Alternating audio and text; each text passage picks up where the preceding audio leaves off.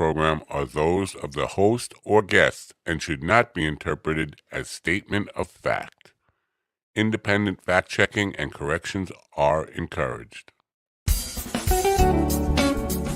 This episode is brought to you by Fundwise Capital. Fundwise Capital is a business lender matching platform. Avoid the mystery of one-sided deals. Connect with Fundwise to get the very best funding you can qualify for fast. You can apply online in 60 seconds or less, and there's no effect to your credit to see how much you can get. It's easy. Use the funding for anything you need to start or grow your business. You did hear me correctly. I did say start or grow your business. If you don't have a business yet, but you got a solid business plan, they can help you get funding. Get the best funding you can qualify for. Their strategic lender matching platform searches through hundreds of lenders to find the very best possible option for your unique situation. They have hundreds of 5-star reviews on Google, Trustpilot, and Facebook, and an A+ rating with the Better Business Bureau. They provide unsecured lines of credit at 0% interest for 9 to 15 months. Unsecured term loans, loans based on income, short-term gap funding, and bridge loans. They work with real estate, startups like I already mentioned, franchises, restaurants, any kind of business, any kind of project. To get started, it's really easy. Just go to apply.fundwise.com/minddog. That's apply.fundwise.com/minddog. Get money for your business now. Apply.fundwise.com/minddog. Is everybody ready for the Mind Dog Magnificent Show? I am. Wow, the audience is excited tonight. Must be a Kill Tony audience.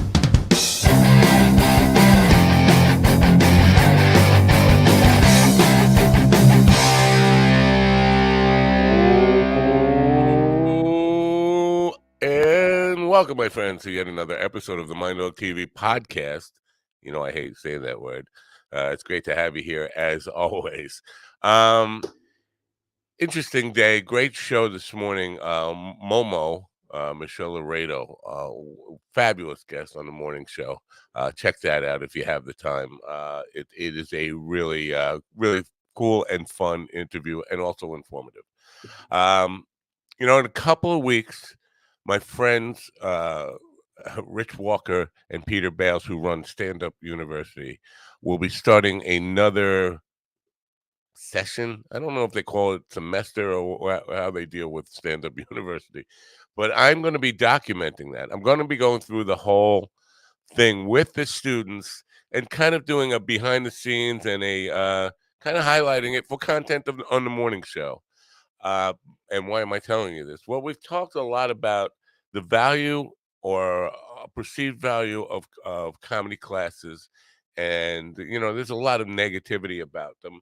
But my guest tonight is one of the graduates of Stand Up University, and has turned it into a career. Coincidentally enough, if I could say coincidentally enough, just today I was talking with Christopher Monty, who has also graduated from that Stand Up University and turned it into a fabulous career. So very cool. Now, Adam Snare is a guy who, as I mentioned, learned the craft of comedy, or learned the craft of comedy in Stand Up University. But he was a funny guy to start with and had some talent in the comedy arena before starting the class, but has turned it into a really successful career. First here in New York, and then he moved to Florida, where he is killing it now in the Sunshine State. I actually have some video of him leaving I wanted to share with you really quickly. This is him leaving for the Sunshine State. Robin ran away, bravely ran away. I didn't. When danger reared its ugly head, he bravely turned his tail and fled. Yet brave Sir Robin turned about. I didn't. Just shameful, just shameful.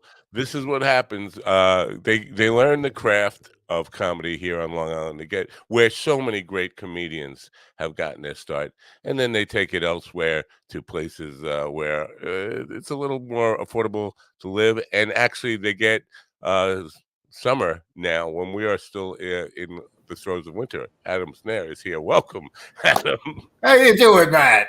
How are you? It's been a minute. Good to see you, my friend. Yes. So now, what you're in, like, near Tampa, right? Is that where? Well, I'm up near Orlando. I'm right around Orlando. Okay, but it's summer there. Oh yeah, Oh Uh, yeah. well, we're still struggling to get to 60. I think we did get to 60 today, but it's been Yeah, it'll be 40 tomorrow though. right. Yeah, and well, Yeah. it's just so weird because with global warming and all, it had started to get a little better, but not so much this year. I We don't need know. more global warming, is what It's you a say. little more. A little bit more. Can we juice up the global warming machine? Yeah, I would hope. The Uh, mine dog is cold. yeah. So because I'm going to be doing the stand up university. I'm going through it, and you have gone through it, and So let me just jump in real quick. I did do personal one-on-one classes with uh, Rich Walker and Peter. I never went through stand-up university though. ah I took a class with why is it escaping me now? At McGuire's Comedy Club. John Truson. I apologize, John. okay. Um, and that's the class I took. But then I became very good friends with Rich, and I did a lot of one-on-one courses, classes, sessions with him, and learned a lot from Rich. I misunderstood that because I think I remember quite often you were talking. You had mentioned that Rich was a mentor and all that. Kind Oh, of absolutely, yeah. absolutely. I mean, we still talk all the time, and Peter is giving me advice and help me out too. But Rich and I speak, on a regular basis. Oh, very cool. Well, I'm not sure if he knows you were going to be on the program tonight. I should have let him know so he could tune in. But anyway, so I'm going to be going through that thing, and You're gonna love it. yeah, yeah, I'm not going through it with the idea that I'm going to be doing, going out there and starting a stand-up comedy career. I'm going to go through it to kind of highlight what it is for people because I like to, show people the value of it first of all. But then it's a Absolutely. great human interest story. Um, now that was were you performing before you took to the class in McGuire's? No, it was a. I've always loved it. Always, like I since I was a little kid, I've been just enthralled with stand up. And I remember watching. There were some shows on Fox, if you remember. Comic Strip Live, I think it was called. Yeah, And yeah, yeah. growing up watching Eddie Murphy and the one who shall not be spoken of, Bill Cosby. Growing up, Oh, wow, yeah, yeah. and You know what? This comedy was in the '60s and '70s great. was amazing stuff, It's right? great. So it was something I always wanted to do and dreamed of doing, but never knew that it was a possibility. To Yeah, me, only famous people were stand-up comedians, yeah. And then I found out about the class, and the stars aligned where I had a few extra bucks to take it, and I thought it was going to be a bucket list thing, one time done, but I fell in love with it and haven't looked back. So, did you start working like right away after you finished that first class with the gentleman at McGuire's, which is now part of Governors, by the way? Uh, Yeah. It was, yeah. I started getting booked somewhat regular. I think what happens when you start is if you have friends and family come to your shows, you get booked. right, Because it's all about putting butts in the seats. right, yeah, But as I got booked, I got better, and I mean, I don't really know yeah. how or why, but I get booked. I got booked on a regular basis. I was working, showcase shows, bringer shows on a pretty regular basis, and that just kind of evolved. When I left New York, I was like 45 shows in, Wow, ticketed, paid shows, and now I'm creeping towards 300. wow. And that you haven't been down there that long. I mean, 3 or 4 years. I mean, COVID when we first went down there. Yeah, I started November 2019. It was all exciting and stuff, and then COVID hit in March. Good So timing. the Well, absolute you went to worst the best state time to go to. to, yeah, yeah, the worst time to start this, but it's really been a blessing. It really has. Yeah. It's one of those things that I've been doing comedy for 4 years. I've been in Florida for 3, but it's, even though it's only been 4 years, it's almost hard to think about what I was doing and how I was spending my time before it. Right. It's one of those things. So, before you went down to Florida, had you done any work in Florida? Did you have? No, You didn't no, have any gigs lined up? no. The only thing I did was I knew when I decided I was moving in March, and I moved in May, so it was a very quick thing for me to split. And I joined one of the Facebook groups in Orlando comedy type deal. And one of the comics was very welcoming and very cool. He's a very good friend of mine now. His name's Carmen Vallone, great comic. He's been doing comedy for between 15 and 20 years at this point. And he welcomed me here and kind of steered me in the right places. And with a name like that, he should be in Jersey. Well, he probably was at one point, right? He's from New York already. He's from upstate, Rochester, actually. All right, good enough.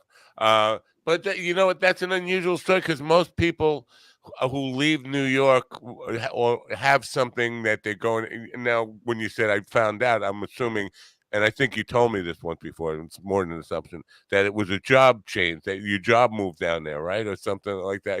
No, it was so because of COVID, I was working remote, right? And then my living situation, my rent went, I was renting a house, and the house was selling, and I was looking for apartments in New York, 1 bedroom were like $2,000, easy. Right. Yeah. Right. And I was not in a situation where I could really do that comfortably. So I asked my boss in New York, since I'm working remotely anyway, what's the difference if I'm 1,000 miles away as opposed to 13 miles away? And we gave it a shot. So they allowed it. So when I first moved here, I was still working for the company in New York. Wow. Yeah. That was, you know what? So COVID kind of allowed me to move, basically. It's kind of hard to say there was a silver lining for you personally in COVID, but there was. There was. It's kind of, I feel guilty saying it. So I'm sorry. No, I mean, it allowed me to do this, and it's really, I've been very lucky since I came here. When you first got down there and started doing the comedy stuff, was there any attitude like, oh, look at this New York guy coming in here? They maybe a little bit. I think so. I run into this a lot, and this is pretty interesting, is that I'm 4 years in, which in comedy is pretty young. Yeah. Year-wise, right? Because they say you really don't know who you are, what you do until like 10 years in type thing. So because of my age, I started at 44. Right. So most comics start in their 20s, maybe early 30s. So the assumption still is to people who don't know me well, and the assumption was that I've been doing this for a very long time. Right, yeah, and you know what? You kind of have a little bit of the Norm thing going on, and a little bit of the Dennis Miller thing going. You just seem like a New York comic. Well, I mean, it's. I think it does help, and I think there's a style with it. When you learn from a guy like Rich Walker, and there's a number of guys up there who've helped me out quite a bit and given me advice, and just watching them and being around it, I think there's different styles in different areas, and New York is New York, Yeah. I get it now, because you said like 44, it does seem like in your mind a little, and I would think too that's a little, but now people are starting in their 50s and 60s. I know that's not the norm or the old school, but more and more people are starting comedy later in life. Yeah, and I listen, you can turn back the clock, right? It is what it is. So I look at the positives of it, and one of the positives is being an older, more mature guy, first of all, you've been through a lot more. Yeah, so, more to write right? about and talk More about. to write about, you, and you perceive the world differently, right? Your old Adam was not the same. It's quite a bit the same, but I still live like a 20-year-old at times. But you have a very different perception on things, and as opposed to, so you start at 19, 20, and you pretty much know what you're writing about, Right. Yeah. Now, Chris Monty, who will be on the program in May and in July, he kind of came out of the New York, Long Island area, but works the coast up and down. But seriously, if you're just working Long Island, the prospects are not like in Florida. I'm sure there are many more opportunities, comedy clubs. Not to Governors we're on the Governors Network in the morning. We're on Governors, Brokerage, and McGuire's. Those are the real comedy clubs. Beyond that, if you get a theater, you'd have, that's a possibility. But there's not a lot of opportunity. Yeah, I mean, Govs is the game, and they've been great to me, and I love them. But all three of those clubs are Governors. But in your area now, Orlando, there has to probably, I'm just guessing here, I'm spitballing, 20 just in Orlando. Well, honestly, there's one main club. It was the Orlando Improv, which is now the Orlando Funny Bone. And then there's a lot of shows, but there's not a lot of clubs. Right. You got to go outside Orlando to find the other clubs, but they're out there. There's quite a few out there, but you have to travel. Like when I was on Long Island, I never went more than 30, 40 minutes for a show. Wow. Now you go an hour and a half to 2 hours is like nothing.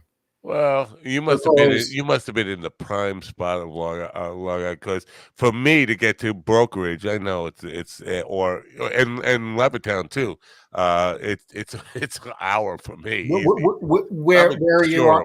Shoreham. Okay, yeah, I was in Babylon. Yeah. So I was nearby all three clubs. Yeah, you were right. Like I said, in the sweet spot of all three. It really was. All right, cool. But so now the opportunities down there. Do you play like nursing homes or those facilities? Because there are lots of those opportunities. I haven't, but I will. I'm not against it. I've done the Villages, which is the word I was like trying to reach. Yeah, I've done that a few times, but it's fun, man. They're retired. They are there to laugh and to have a good time. So it's not bad. And I'm not 19, so like they see I'm a middle-aged guy, so they relate somewhat. Right. But yeah, no, I know you're a guy. I know this from our dealings on social media and stuff. You're a guy who doesn't like to talk about controversy, and I appreciate that. But being 44, you because most of them, I'm not controversial in a way, but just understanding the life that you signed up for now. I know you still do some graphic arts and stuff, but you signed up. You're at this point, you're in too far to not ever be a non-comedian anymore. I couldn't imagine not. Right. I couldn't imagine it. So the path to where you are, 4 years, first of all, congratulations on building a thriving career, a growing, prospering career in just 4 years. And not everybody does that. I'm sure you know that's the exception, right? I appreciate it. I mean, the hope and the dream is to keep it going to where comedy pays for everything. That's the dream. And it's still, I'm still, a lot of pinch myself moments. But I would say, from my perspective, and what do I know? But I think you're doing it the right way, and this is where the controversy comes in because it's not controversy. Again, I'm overstating it. It's this difference of opinion about, or difference of mindsets about how you get to where you are. Your wheels are rolling. You've got some momentum, and you're going in a direction that you want to grow. And you, of course, you want to get to a place where it's completely sustainable. A lot of people just are in it for the quick home run. They think, all right, I'm going to get up on stage. I'm going to go to an open mic night. I'm going to get noticed by a movie producer, and I'm going to be on my way. I'm going to be paying the bill. And so they sign up for these competition shows and all these kind of things, just not ready, not prepared, not having a Rich Walker to confer with and work on, perfecting your act or growing your act, refining your act. And they just want to, I'm talking in circles about a show that I got in trouble for mentioning, but I think it's a generational thing, an age thing, because right now with social media, TikTok and Instagram, and it's oftentimes how many followers and how many likes and how many loves, and there are people who instantly make it, and it's great, but it doesn't. It's lightning in the bottle. It doesn't happen for everybody. So I always say this sport we're playing, this game we're playing is it's a marathon, not a sprint. And I agree 100%. And I think you got to enjoy the journey. You got to meant to go through a lot of different kind of gigs and different kind of shows to prepare you for when you do get the spotlight on you, so that you're ready for anything. And I think if you don't have those wide experiences, when the moment comes, you might not be fully prepared for it. And that's the thing, is like the journey is the juice, man. Like, doing the road trips and doing some gigs that don't go well, and I just did a Thursday, Friday, Saturday down in Cocoa Beach, which is like an hour and a half away. And the three shows were the three levels of happiness and disappointment. There was one that was like, all right, it was okay. And the next one was like, this is the kind of show that makes you want to quit. And then the last one was great. Wow. So it was every emotion in 3 days. The good part of that is the great one was the last one. So you have that. Absolutely. That's the great part. One of the guys that we both love, Norm, used to talk about, he wouldn't say that he had a great show. He'd think his show was terrible. He'd go home and want to kill himself. He'd cry in his pillow. And then it turns out, great reviews and all that stuff. So sometimes those shows that you said, well, it was a terrible show, it was the worst of those that weekend, it may be in your eyes, but maybe the crowd loved it and just laughing on the inside, didn't have the energy that night, that kind of stuff, right? So, I think a lot of comics, I think most comics, we are very hard on ourselves and very our own worst enemy. Right. Most comedians I know are very brutal on themselves. And I think for me, all I could do is speak for me. I'd rather be that way than be the other way, where there's a lot of egos in this game. Yeah. I don't like people who brag, and there are people who this is my problem, and this is what got me in trouble. I'm saying there's so many people, because I talk to people at every level of comedy, from open micers to Robert Klein and everybody in between. So people who are icons and all, but I see a lot of people who are in it as long as you are, I don't know why I'm not speaking well tonight, or longer, like 6 to 8 years, and still just so full of themselves, so cocksure that they're the next great thing, and they can't put a sentence together. And I'm like, maybe I don't come out and say it, but maybe you should go to work. Maybe you should go to a few more open mics, feature, get some actual 300 gigs behind in your pocket before. and there's a path to this thing, right? Like, you do the mics and stuff, and then you host an MC for a while, for a couple of years, Right. and then you feature, and then you headline. And I think skipping that process is a disservice to yourself, Right. Great. because you learn so much. You learn so much. Like when you host an MC, they call it taking the bullet, because you're going up there ice cold, Right. and you're the warm up man. Yeah. And so if you do well in that spot, you've done very well. But if there's a process for a reason. And it's like anything else. Like anything else, you got to go to the batting cage, and you got to work out, and you got to go to practice. Exactly. Now, you know what? It didn't occur to me till you just said, if you kill it in that spot, because Joey Kohler is a friend, and I always say to him, Warm up guy, right? yeah, he's a warm up guy, but he's really good at it, and he's a warm up guy for a television show, and Yeah. that's like the best of both worlds. You get to be a full time comedian and still have a family and go home and do. I mean, how Sure. And Joey's great. I think he does the Rachel Ray show, right? Right. Yes. And Yeah. he used to do, I saw him live do Kevin James sitcom, Kevin Can Wait, which lasted 2 seasons. But Joey was the warm-up guy for that also. Right. Yeah, Kevin James has a lot of connections still here on Long Island. Sure. And interesting. I wanted to share this with you because I was at you mentioned Eddie Murphy earlier.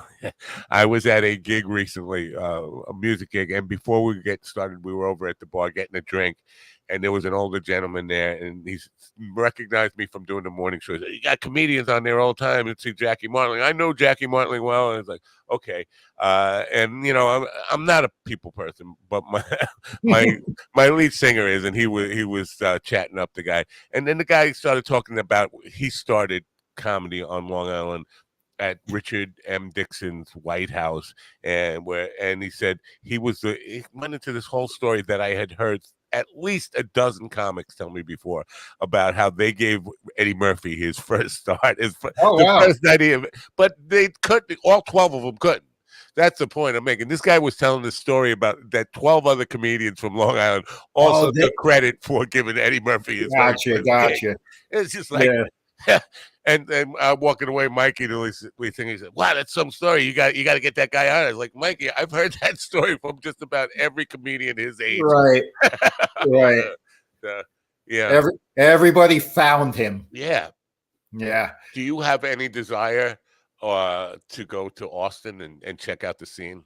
So this is pretty cool. There's a couple of guys from Orlando who went out to Austin and made it big.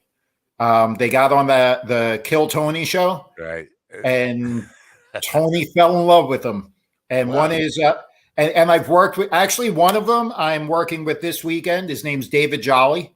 I've heard that name. Yeah, he's a phenomenal comic. He's a great guy, and I'm hosting and emceeing for him. And the other one who went out there, young kid, I think he's 24, 25 years old. His name's Cam Patterson. I saw Cam Patterson the other night on there. He's taking a beating from the chat room about repeating the same jokes. I think there was stuff that Tony was. I didn't see him actually perform it on that because I went on specifically to see him because this is the thing I brought up. I don't know. Speaking of people who opened up, he's an Orlando boy. Yeah, I did not know that. But we were talking about people who open up. Richard Francis Williams is a guy who was the opening warm-up act on Last Comic Standing. And he came out with a video saying, "Kill Tony must die." And he was talking about all the reasons that it's not really productive for comedians. There's some of the stuff that I've already talked about here. And I said, I agree with him on all the principles he's talking about because people want to say it's the next Tonight Show. And it's very different than the Tonight Show. The Tonight Show would actually get comedians who they saw perform and were doing well, and then they bring them in and coach them and walk through what you're going to say and all that kind of stuff, and were supportive the whole way. Where I'm not sure that Kill Tony has that kind of. No, it's a different animal, and I understand what. I didn't hear the article or read or watch the video, but um, it is what it is, and it's a roaring, raging fire, and it's not going anywhere. And I'm actually going. I'm going to come up in August. I'm taking my nephew.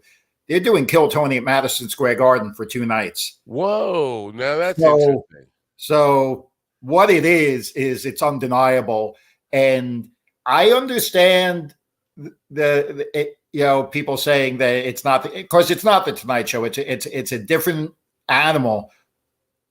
But it is what it is, and it is. I'm happy. Two of my buddies, two comics I know made it. Right. No, I get it, and that is the upside of it. And people had been mentioned, like some of the people that have made it from there, and that's a good thing. But when I think about it, and I'm not cancel culture guy, and I'm not hoping Kill Tony goes away. I'm not saying it should die, and I don't think Richard Francis Williams was really meaning that either. And he kind of went through the way. I'm not meaning Tony any malice. I don't think Tony's doing it, but he was talking about the long-term effects from it, and I extrapolated on that because I was not a fan of Star Search. It doesn't mean I didn't like Ed McMahon. I loved Ed McMahon, but Star Search I thought gave people this idea that you don't have to work for it. You can just get lucky and make it big, and I think that hurts the people who are really, this is why we have so many young people who are delusional about. I think that's 100% true. Is that there are a lot of delusional people, but I think what the bottom line is, if you go on that show and they like you, they're throwing you in the deep end of the pool, and you better swim. Right. Yeah. And Jolly and Cam and others have swam. But if you don't produce, if they say, hey, we're gonna strap a rocket to you and send you to the moon, and you don't produce on stage, then you're gonna flop. Right. No. And the only other problem I have with it is I think it encourages people to be mean. Like, I've never been to a show. I wouldn't go to a comedy show, a comedy club necessarily, wanting to see people bomb. And I blame American Idol with their audition tapes where they just embarrass people for like 3 weeks in a row, and people just go on to see the people that just suck. But people seem to go to Kill Tony to want to see people bomb and then and laugh at them and humiliate them.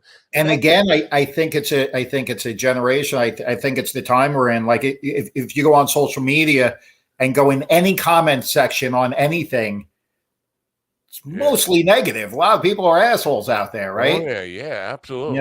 Like I know, Joe Rogan always says, "Do not read the comments." Right. I'm trying to do comments. That. I got to admit, I've been hurt by some things because people attack you thinking you mean something and not really even understanding what you meant by something, and they will just jump in and attack, and the YouTube stuff especially. Absolutely. So I'll turn off comments, man. I don't want to hear people. I want to hear it. Do you have a YouTube presence? Very small. Instagram, I think I'm up to like 1,400. YouTube, I just post some sets now and then if people want to watch them. I'm not good at this, this social media, making it on social media, posting every day. I post once every other month, I promote shows. I'm great at promoting the shows that I'm on. Yeah. But as far as like clips and, I wanted to promote you being on this. And it makes it really difficult when I can't find like a real seasoned bio, and like I'm not going to rewrite your bio for you. But this is what generally when I have guests on, I will go fishing for their bio and looking for yours anywhere, like somebody who wrote a bio for you. And you're in marketing, and in some sense, it's important to have that kind of stuff, just as teaser text or whatever to drive people. Even the YouTube algorithm. So I put in your stuff, and all I kept seeing was references to my old show that you like, no, I don't want the stuff I already wrote about. That's my one credit, Matt. Now, Next time I'll send you a bio. I have a bio. I just don't. I guess I haven't put it anywhere. Actually, posted it on your Facebook or Instagram or any of that stuff. Yeah. But it's like I'm even though I'm new at stand up relatively with the 4 years, I'm still very old school in thinking of like you build a set and you get funnier and you make more people laugh, and that's how you make it. Right. And I think that's not actually the case. Is you have to have 1 million followers on social media, and I think I don't know if that happens for me, man. I'm just having a good time. Well, because you just mentioned making it, and earlier we were talking about generational stuff. I think how you define making it, the generation today thinks that you have to be Kevin Hart, or you have to be charging $450 for a ticket to a sold out arena. Where you mentioned, I just want comedy to pay for my life. I just want to pay my bills with comedy. I'll be happy. Yeah, I'm not there yet. I still work a day job, and I do the graphics on the side. But like I said, the tiers. Like I'm just starting to be a feature player now, so I'll get there. But again, some comedians skyrocket, and God bless them, and very few and far between, especially in today's world where there are so many more people doing it. Like I could pull out references like Freddie Prinze, who was 19 when he was on the Tonight Show and became he was on twice in a week or something. He was that impressive as a 19-year-old kid. But if that was a 1 in a million shot today, it would be a 1 in a 15 million shot, because there are so many people in comedy. So many people, so many stand-up comics, man. Yeah, but they don't all last.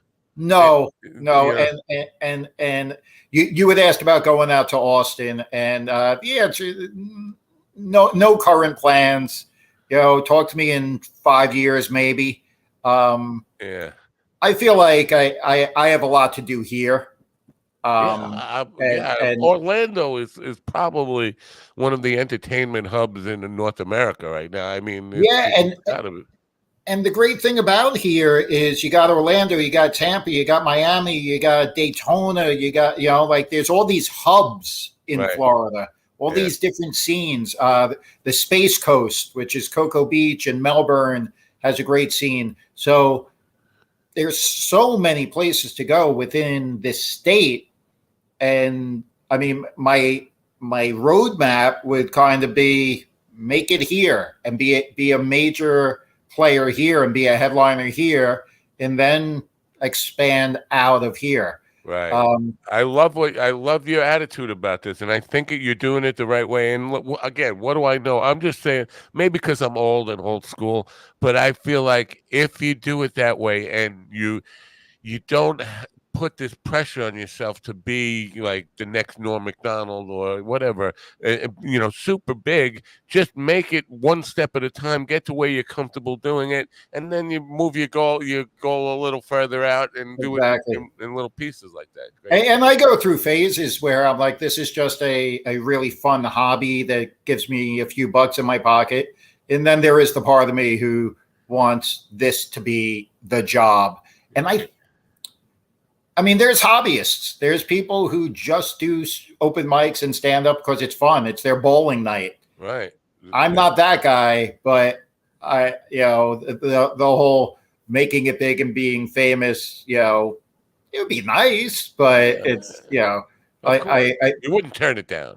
You got to be realistic too, Yeah. I went to high school there, and there was nothing there. I mean, it was orange groves. I picked oranges with migrant workers through high school. That's how I supported myself. Is that where you're from originally? No, I'm from Long Island. I ran away at 13, and went Disney World was about to open, and I was going there for a job to work in the magic shop. I worked one day.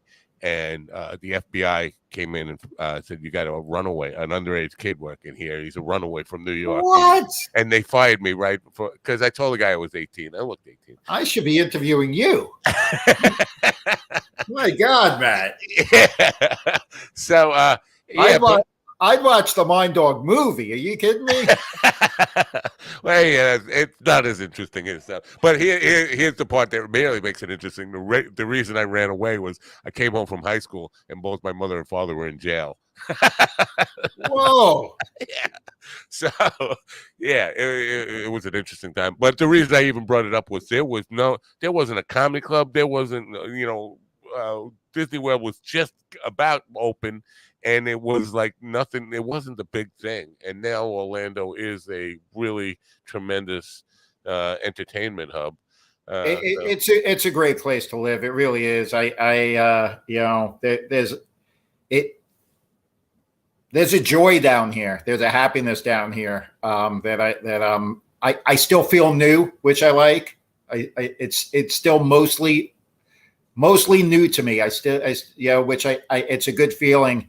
And it's hard not to, like, even just driving around in this weather and palm trees and stuff, not to smile, Yeah, I have seasonal affective disorder, and definitely New York winters have been getting to me.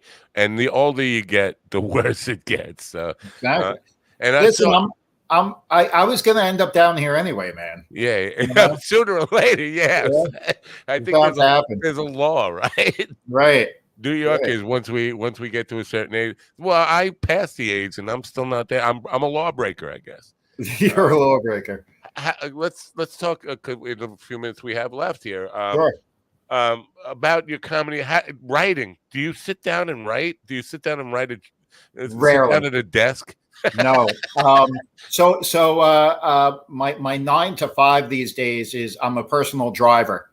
Wow. And not Uber or Lyft. I drive for one guy every day, and he's a salesman for a very high end clothing company. Sells to millionaires, CEOs, pro sports athletes, and stuff like that.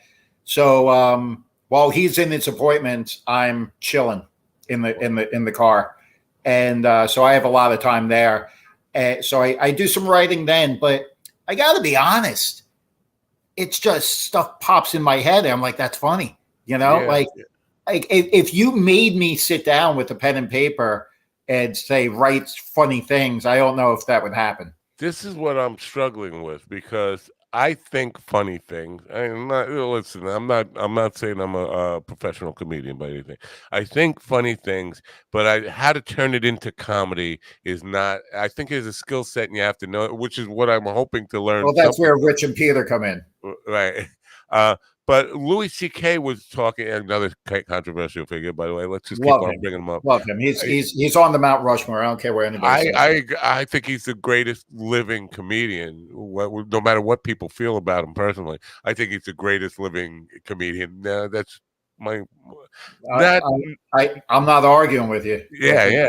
But he was talking about writing on stage. It's important for him to write on stage. So he will think of a word, or like a bullet point, like a word, and just write on stage, and I guess record every one of his sets, and just figure it out.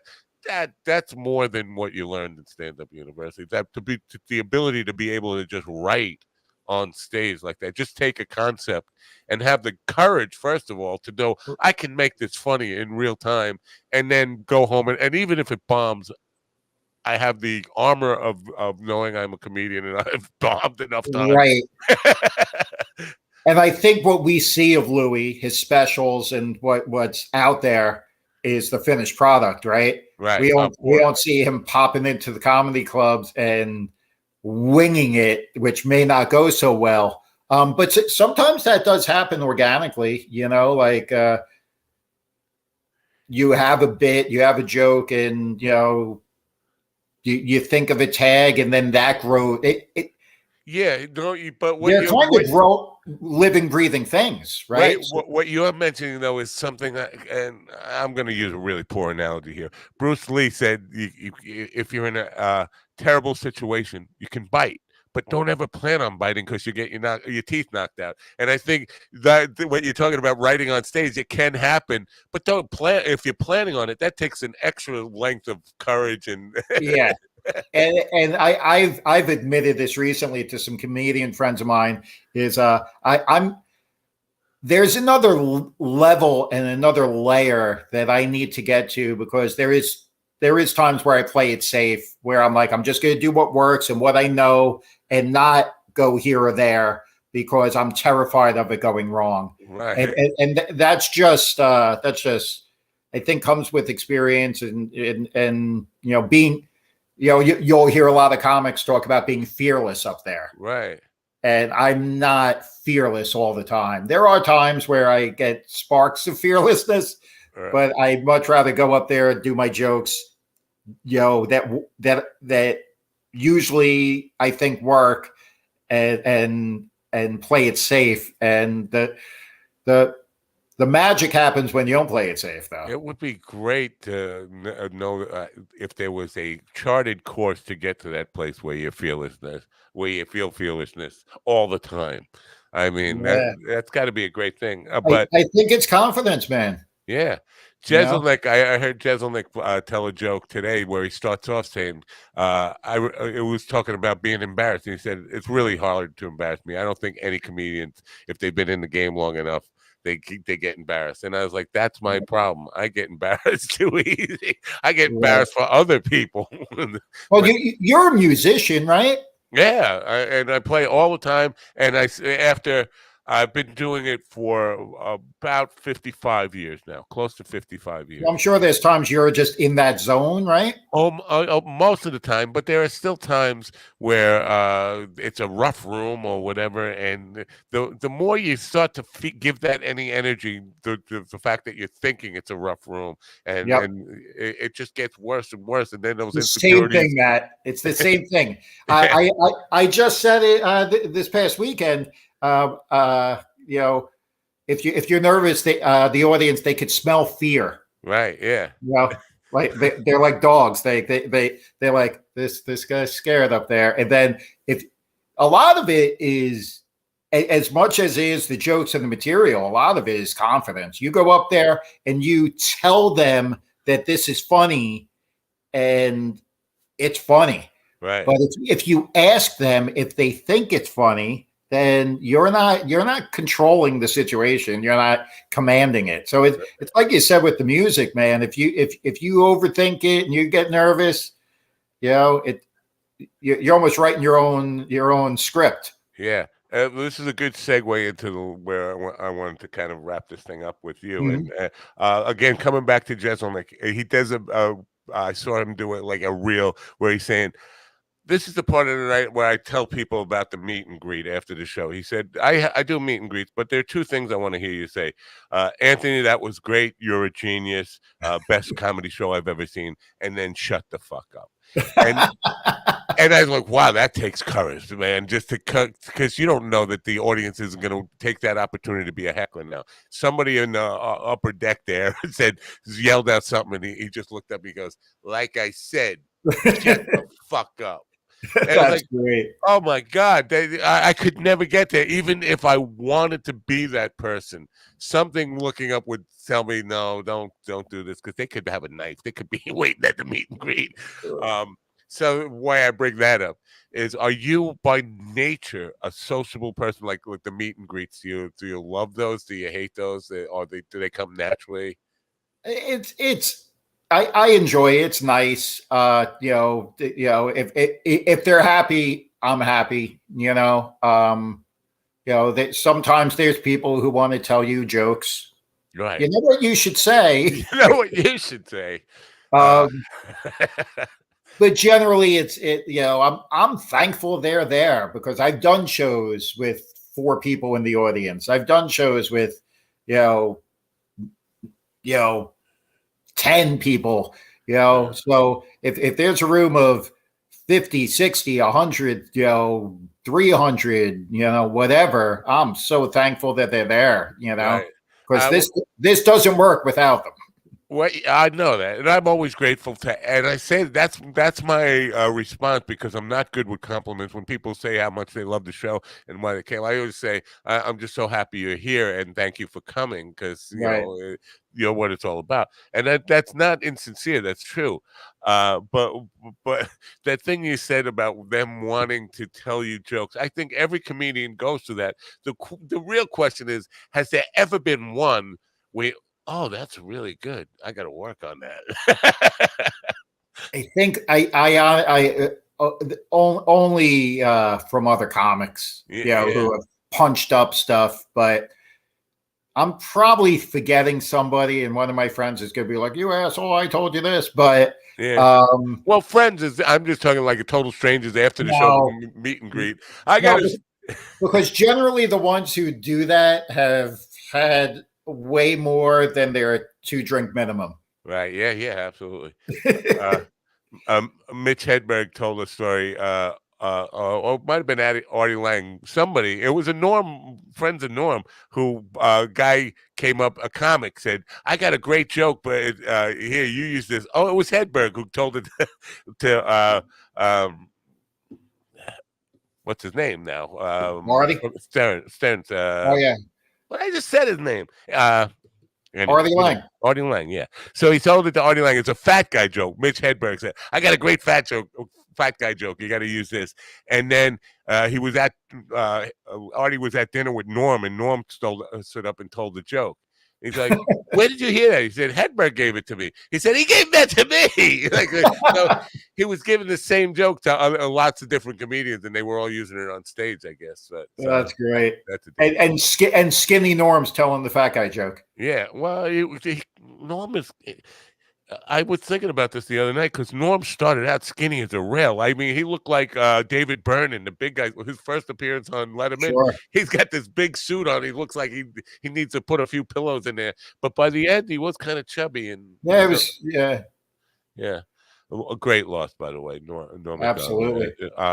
So now back to you as we wrap this thing up. Are you coming back to Long Island? Because last year you came back to Long Island. Yeah, I'll be there. I don't think I'm doing anything. I'm coming back in August, just to go to the Kill Tony show at the Garden. Wow. So I don't think I'll have time to. I may do something because the show that show is Saturday. I may do something on that Friday, but I got a few things in the works. There's a guy up here, down here rather, who's from Long Island.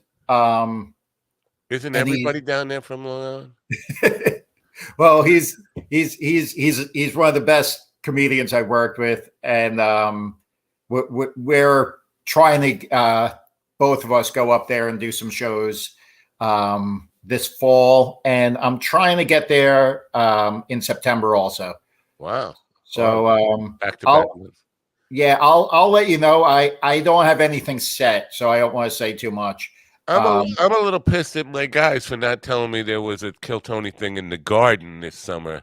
I think they're doing the LA wherever the Lakers play. They're on tour. Wow.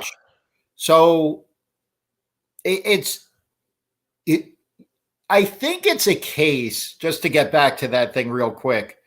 It's a case of the world is changing and not all of us accept it or love it, but it's happening, man. There's no doubt I'm an old man and get off the lawn. My refusal to change with the times, it becomes evident sometimes. I'm a little bit of that too, Matt. But it's definitely if you're in this, it's roll with it or get out of the way. Yeah, no type thing. Listen, if I got the chance to go on that show, I'd do it in a second. I'd root for you. I'd root for you. That's the thing that I was trying to get through to people's minds. It's like I'm not saying this opportunity for comedians should go away. I just wish there was some more support for them, because I'm not a fan of meanness, but I think it's here to stay. This idea of just jackass type stuff. Let's kick midgets in the balls for entertainment. Right. I mean, I also think there's a million different paths to success, definitely in this business, there's no roadmap for it. That's true. Well, I if you do perform here in August, I'll definitely come to see you. And I'll, if I'll, somehow you got on Kill Tony at the Garden, which I gotta think that bucket is gonna have to be like you would think, right? Right. it's tremendous sized bucket. But I will definitely come and support you if I won't know if you get into the Garden, but I'm curious about that. But if you play some shows locally, I will come.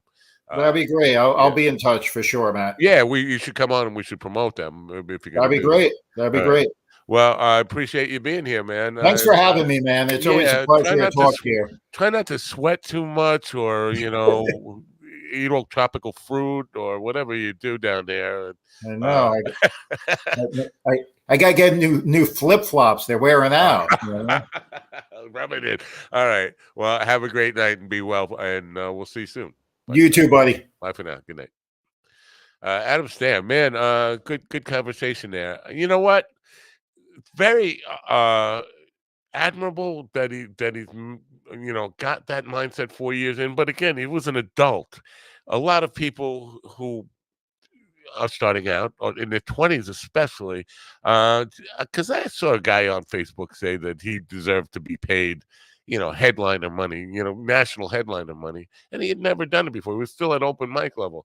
I like Adam's mindset of taking it one step at a time. Love to know what you think about this conversation. Write to me at info@minddogtv.com, info@minddogtv.com. Tomorrow morning, Simon T. Bailey, who is an author, who has been on the evening show a couple of times. And we got some great responses when he was on the evening show, because it was about learning about respect for women. He wrote a book about that subject. Well, tomorrow we're going to be talking about mastery and the road to mastery. Again, some interesting subject matter. So that should be an interesting program. Tune in 9 a.m. Eastern, and of course the guys will be there with entertainment news, special day observances, and a lot of other insanity, and usually my just curmudgeonly griping about getting off my lawn. Get your ball off my lawn, you dumb kids. Anyway, that's the show for tonight. Thank you for being part of it. Let me know what you think. My voice is wearing out. And don't forget to turn on your radio. Bye for now.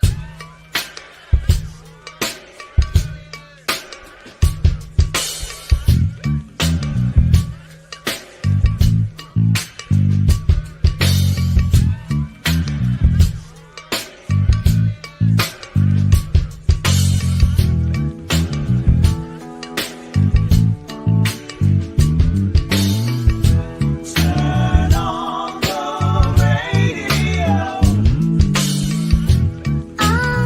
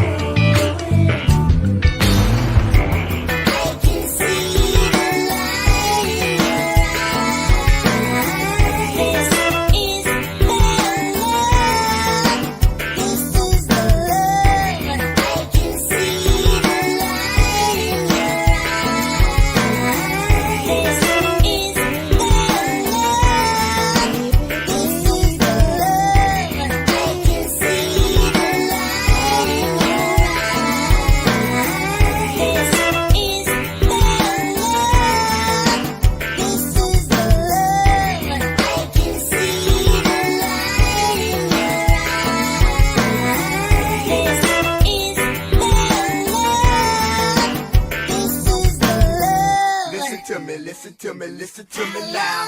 Listen to me, listen to me, listen to me now. Listen to me, listen to me, listen to me now. Listen to me, listen to me.